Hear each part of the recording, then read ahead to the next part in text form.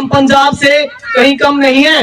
कोई ये भाई ये सोचता हो कि पंजाब उड़ता पंजाब बन चुका है। मैं आपको अपने हरियाणा का डाटा और उदाहरण आपके सामने दे सकती। करीब 900 के आसपास बच्चों की पहचान की है और 450 के आसपास बच्चों को दवाई दिलाई है। काम सुनने के लिए और इन पे कुछ करने के लिए किसी के पास टाइम नहीं है। इस नशे के खिलाफ हमें सभी संस्थाओं को एक होना पड़ेगा।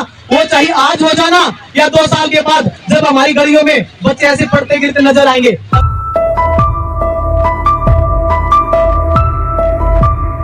हम कुछ बातें नशे के ऊपर भी करेंगे जो आज हमारे युवाओं को बहुत जरूरी है सुननी भी और उन पर अमल करना भी। तो मेरी सबसे अनुरोध है, साइलेंट रहें कि हमारा समाज आज दिन प्रतिदिन नशे के अंदर बहुत भयानक रूप से घुस चुका है। और किसी को विश्वास ना हो तो मेरे साथ 1 महीने काम करके देखें। मैं आपको हर घर की ग्राउंड की पिक्चर दिखाऊंगी, हकीकत क्या है हमारे समाज की और हम दिख क्या रहे हैं। इस बच्ची के अंदर जो एक अंदर की आग जली हुई है नशे के खिलाफ, वो वास्तव में आज हमारे समाज को जरूरी है। हमारा समाज सच्चाई में इस नशे की गिरफ्त में बहुत ज्यादा आ चुका है। हम पंजाब से कहीं कम नहीं है। कोई ये भाई ये सोचता हो कि पंजाब उड़ता पंजाब बन चुका है। मैं आपको अपने हरियाणा का डाटा और उदाहरण आपके सामने दे सकती हूँ कि हम पंजाब से कम नहीं है। ठीक है ना, ये दिमाग में बांट लो। और इस नशे को कैसे दूर करना है, हमारा प्रयास अब यही चल रहा है। किस तरह हमारे युवाओं को इस नशे से बचाएं, ऐसा क्या काम करें, ऐसी क्या योजना बनाएं, ऐसी क्या मैनेजमेंट सिस्टम करें कि हमारा समाज और हमारे युवा इस नशे से बच जाएं। इसीलिए इन नन्ही सी बच्ची को आज हम यहाँ लेके आए हैं। क्यों? इस बच्ची के अंदर जो मन में एक नशे के खिलाफ भावना है, ये सबके मन में नहीं है। बच्चियां तो यहाँ बहुत सारी बैठी हैं। किसी ने ऐसा सोचा है? नहीं सोचा। उस संदेश को हम अपनाएंगे और अमल में लाएंगे, क्योंकि शुरुआत इस उम्र से होती है। जो हमने काम किया पिछले 2 साल में, करीब 900 के आसपास बच्चों की पहचान की है और 450 के आसपास बच्चों को दवाई दिलाई है। दवाई दिलाने से काम नहीं चलेगा। और मुझे बड़ा दुख होता है कि हम जिस घर में जाते हैं परिवार सहयोग नहीं दे रहा। काफी सरपंच यहाँ से जा चुके हैं, जल्दी में थे, क्योंकि जल्दी होती है सभी को। ये अच्छे काम सुनने के लिए और इन पे कुछ करने के लिए किसी के पास टाइम नहीं है। लेकिन उनको ये नहीं पता आज हमारा समाज, हमारा गांव और हमारी गलियों के घरों में ये नशा घुस चुका है। जो कभी बड़े बड़े महानगरों का नशा होता था, हम जानते भी नहीं थे ये चिट्टा क्या बीमारी है। लेकिन आज हमारे हरियाणा का दुर्भाग्य है कि हमारे शहर में नहीं, गांव की गलियों की घरों में ये नशा आ चुका है। लेकिन अब चिंता का विषय ये है कि हम लोग जागे कैसे, इस पे काम किस तरीके से करें। कोई बताने को तैयार है? कोई सुनने को तैयार है? नहीं है। हर कोई फॉर्मेलिटी कर रहा है। लेकिन मैं आपको विश्वास दिलाती हूँ, ऐसे ही फॉर्मेलिटी चलती रही तो हमारा जो हरियाणा प्रदेश है आने वाले 2 साल में युवा खेलने के लिए नहीं बचेंगे। पंजाब आपके सामने जीता जाता उदाहरण है। पंजाब हमारे प्लेयरों से बहुत अच्छा होता था। पंजाब में बहुत अच्छे प्लेयर निकले थे। लेकिन अब आने वाले 3 साल में, 4 साल का जो उदाहरण है, हमारा हरियाणा पंजाब से आगे चल रहा है गेम में। और गेम को हम बार बार क्यों आगे ला रहे हैं? क्योंकि जो व्यक्ति, जो बच्चा शारीरिक व्यायाम करेगा, गेम करेगा, वैसे तो हम काम करते नहीं है। जो हमारा पसीना है, हमारी गंदगी है, वो निकल नहीं पाती है। जो बच्चा शारीरिक काम करेगा वो पसीने की गंदगी बाहर निकल जाएगी, उसे अच्छा खान पान मिलेगा, अच्छी ताकत आएगी, अच्छी शुद्ध हवा लेगा।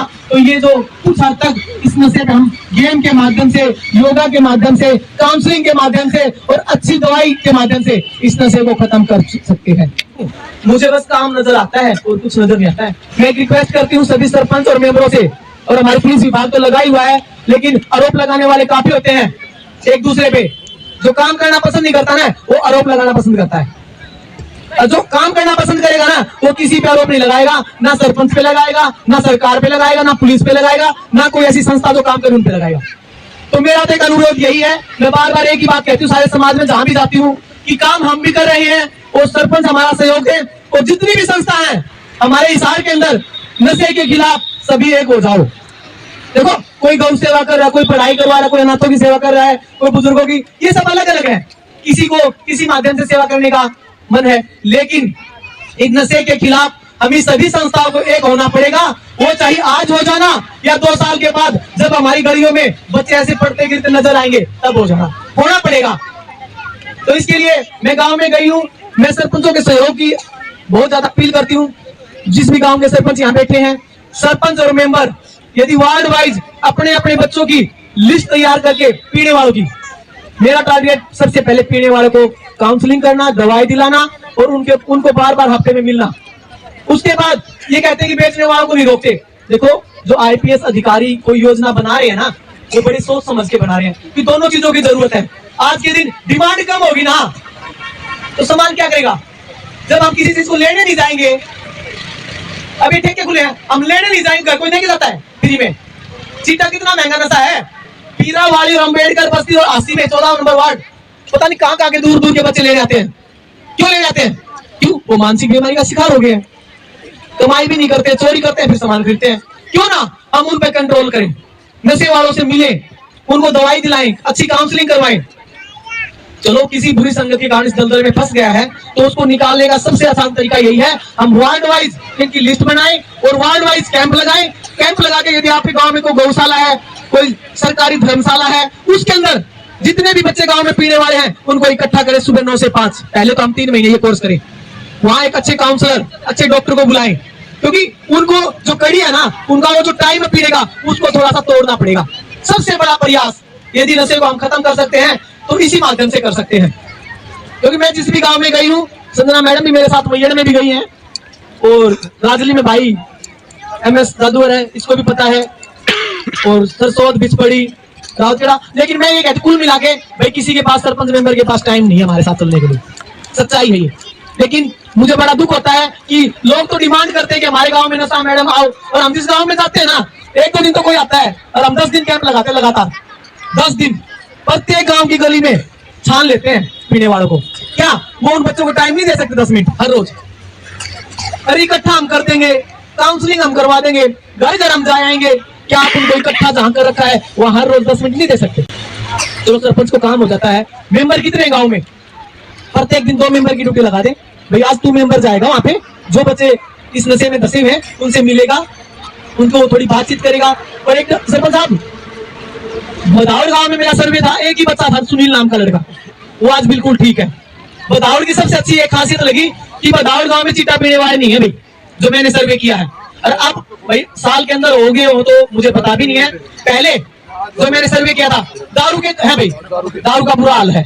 लेकिन मैं ये सोचती हूँ, एक बार वो बीमारी तो खत्म हो चिट्टे वाली, बाद में इसको भी कर देंगे, ठीक है ना।